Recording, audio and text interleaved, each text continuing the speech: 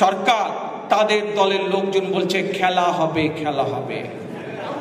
ওকে, no problem, আপনারা খেলেন, but আমাদের বাংলাদেশ জাতীয়তাবাদী দলের প্লেয়ার কারা?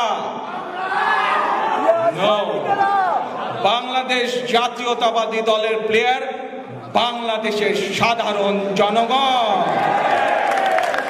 আজ মহাসমাবেশগুলো প্রমাণ করেছে যে বাংলাদেশের জনগণ এই খেলায় পার্টিসিপেট করে ফেলেছে।